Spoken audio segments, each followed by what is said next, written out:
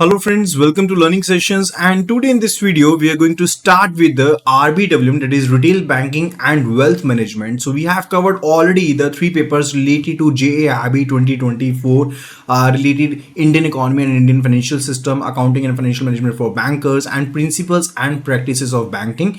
And this is the fourth exam related to JAIB. So if you're preparing for JAIB, the dates have already been announced. You can find the video in the description link below. And further, if you're searching for the syllabus priorities videos, those links are also available. And let me tell you that simply on sign up on our website, jaib.learningsessions.in, you can be accessing all four subjects free PDFs over there.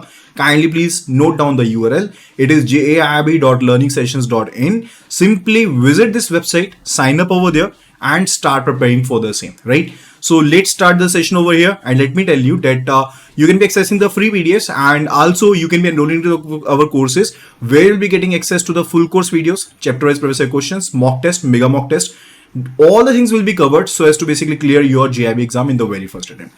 So don't forget to share this video among your friends and colleagues who have been preparing for JIB 2024. So let's start the session. It's related to the retail banking introduction. Now, what do you mean by retail banking? Basically, when we are providing the financial services to the customers, right? We are basically providing services to the financial services to the individuals over there. That is actually related to what? That is related to the retail banking, that we are actually focusing upon what? We are focusing on the financial needs of the individuals. Like we are basically providing them the liability products like deposit accounts, saving account, or current account, or recurring deposit account. Or the asset side, if we look at, we are having the different type of loans, like we are providing the education loan, mortgage loan, credit card, etc. So we are providing the financial services to the individual, right? And mainly the retail banking operates through the physical branches. We are also having the online delivery channels like the mobile application or the internet banking or mobile banking. So such features are available, right?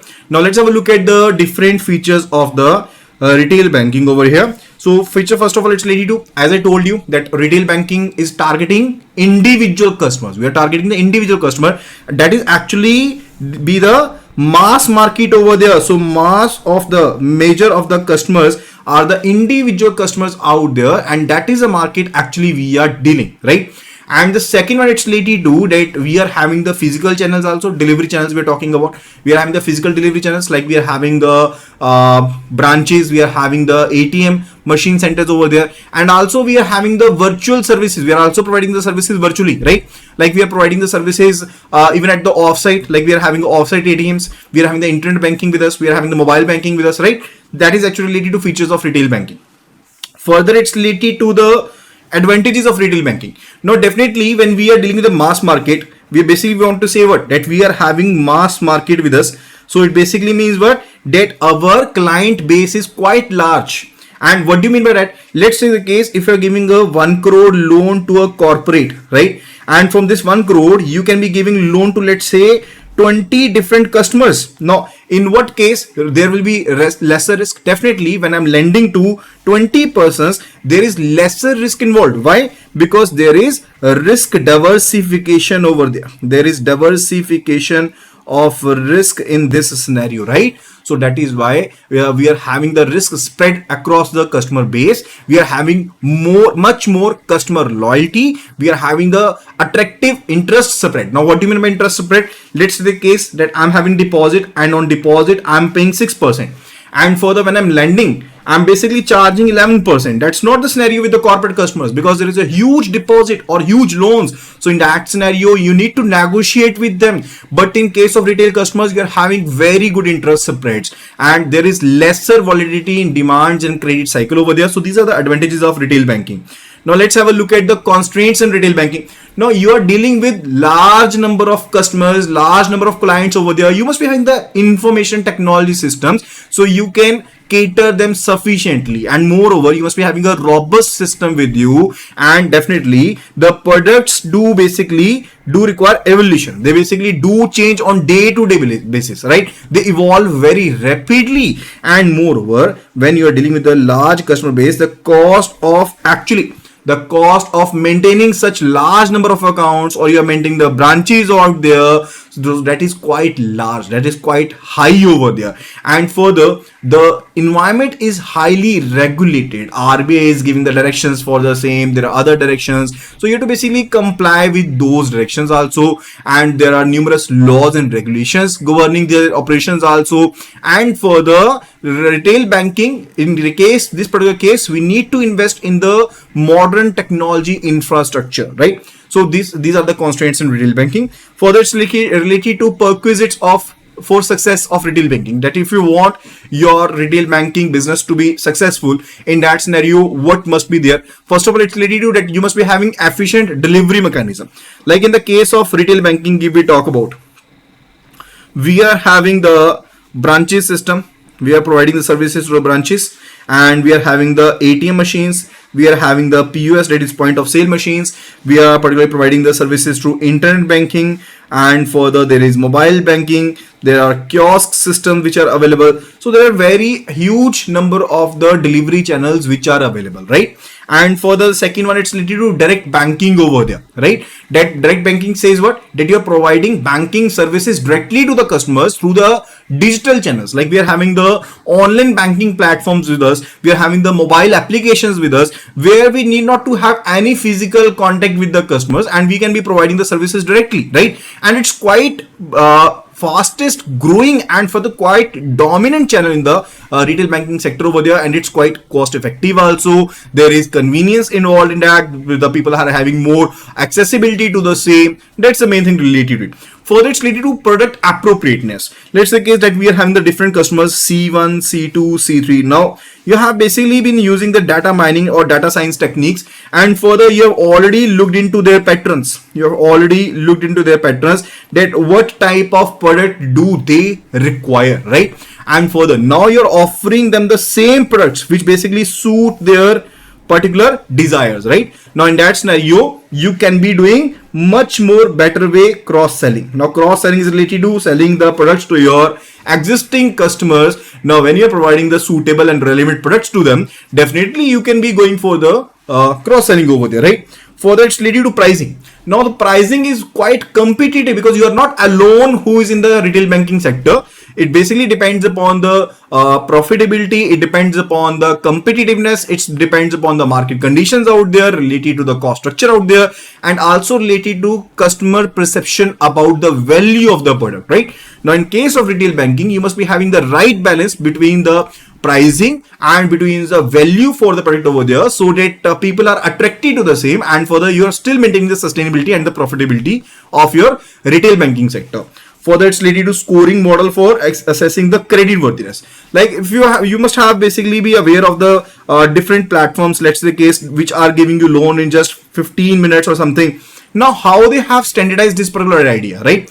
Now they are doing what actually, that they are having the dynamic systems, they are having the AI, that is artificial intelligence systems, which are looking into the credit reports of the borrowers, and for the based upon that they are basically allowing them a sum of money, right? And that is quite easy and quite convenient also in case of retail banking sector, right? So scoring models can be used as to evaluate the credit worthiness of the applicant based upon the financial history they are having, based upon their credit score, based upon their income levels, or any of the relevant information which is available out there, right? And for that particular purpose, the system must be quite robust and quite reliable, so that will be basically be enabling bank so as to give them credit just in minutes, right? That is quite possible, and you can be doing it very much accurately, and further you can be managing risk very accurately with this scenario, right? And further, it's related to consumer protection environment. Now what do you mean by consumer protection environment? It basically leads to that there are different rules, regulations, procedures, processes, policies, frameworks which are available in the interest of customers, in the interest of employees, and there are basically fair practices code, transparency must be maintained, accountability for the same. So it basically provides a recourse if, let's say, if there is any dispute, right? So it will be providing a recourse to the customer, that, and further it will also be providing safeguard against the malpractices, against the fraudulent activities out there, and basically fosters the trust of people in the banking industry, right? So that is actually related to it. And further, it's related to reasons for the growth of retail banking. Now what are the major reasons that retail banking is growing? First of all, let's let you know there is rise of the young Indian professionals. Now they are having high disposable income. They want to invest. They basically want to invest into different domains. They want to basically invest in stock markets, or they are opening demat accounts, and further they want to take housing loans so as to build a house of their own, or they want to basically purchase a car of their own. So there is a huge segment which is available, and further growth as an economic superpower. So more individuals are seeking banking services so that they can be managing their finances. They can do saving money out of it, and further they could invest, and further they could participate in the growing economy, right? And the third one is related to financial market reforms. Now definitely there are huge market financial reforms out there, and that thing has actually promoted the banking sector itself. And also it's a volume driven business, because if I tell you just about the transaction, let's say case there are billions of transactions which are happening over there every day, right? And still the profitability is to be maintained, still the guidelines are to be fulfilled, still the compliance is to be made, right? So that is all done with the help of automation only. And that's the next point, that's automation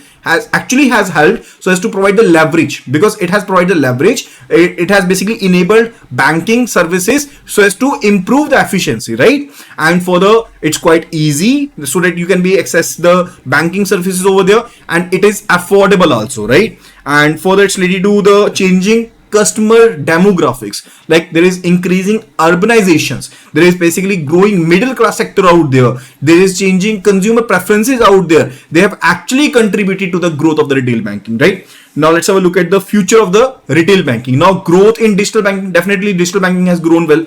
The demonetization was there, COVID impact was there. Now every person is actually aware that how they can be dealing in the system domain over there, and further they don't know how to basically operate the applications over there, right? It's basically increasing to what? It basically refers to that we are adapting ourselves to the changing society, to the changing technologies out there, right?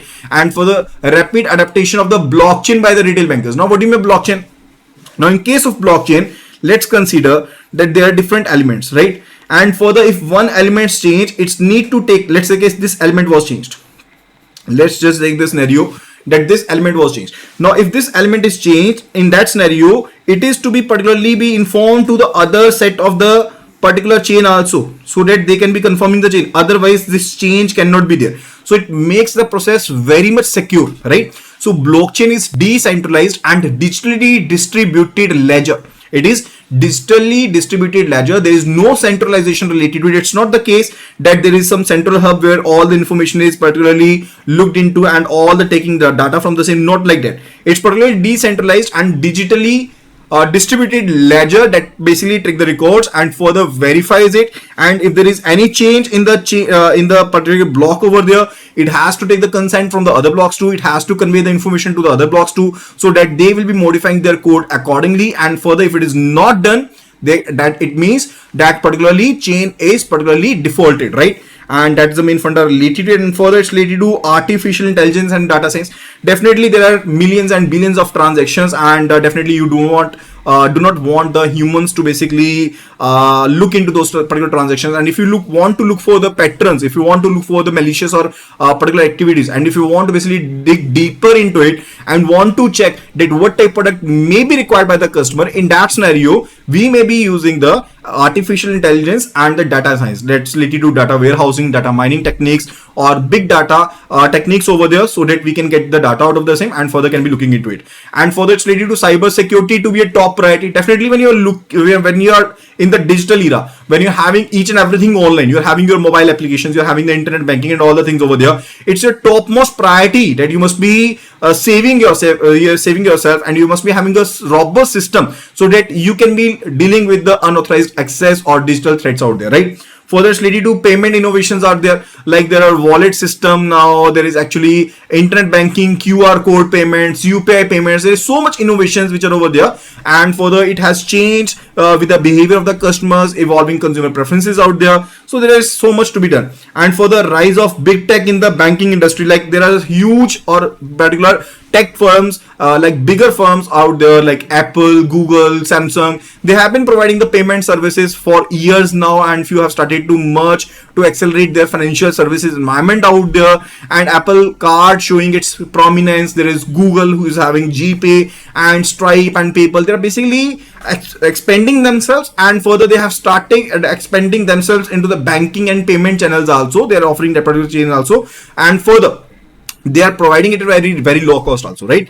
So that will be all related to this particular video. I hope that you must have enjoyed the session, and further you must have learned much from it. And do not forget to just subscribe to our video, and further subscribe to our channel, and also do rate this video out of 10. So do rate this video out of 10 over here, and do like this video and do share this video. And as I've earlier conveyed to you, that if you want to get access to all the PDFs, simply just do visit the website jaib.learningsessions.in. So this is the website, that is learningsessions.in, and further then navigate, sign up over there and navigate to the PDF section after sign up, that is jaib.learningsessions.in, and navigate to the PDF section, and there you will be finding all the 4 papers PDFs available for free of cost. So that will be all. Thank you so much, and see you again in the next video.